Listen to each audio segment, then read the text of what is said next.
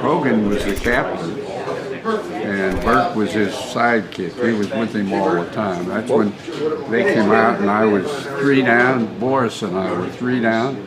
Burke came out? Yeah, and you know how he's always loud. And he says, well, Palmer, he says, I've heard of all these charges and all that stuff. He says, I'd like to see you charge out of this one.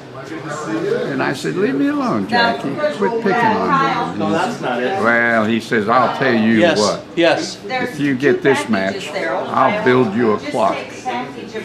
Well, that clock's sitting in my office in LaCroix. Didn't he take Arnold Palmer that had 12 letters and he put an A all the way around, right? It's Arnold Palmer, Yeah. 12 letters.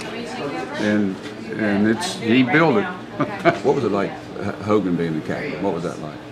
What kind of guy? He was all right. He was, Was he still playing? Not any? A little bit? no, he wasn't playing. He was, you know, the thing I remember about Hogan was he never called me by my name. It was always, hey, fella. Oh, was. Yeah.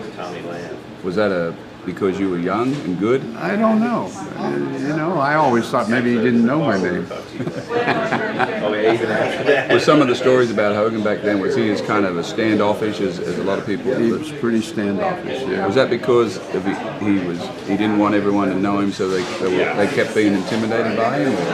I can't answer that. I just know that he wasn't a real friendly guy. His friends were Burke and Demerit, and that was, as far as I knew, those were his best buddies.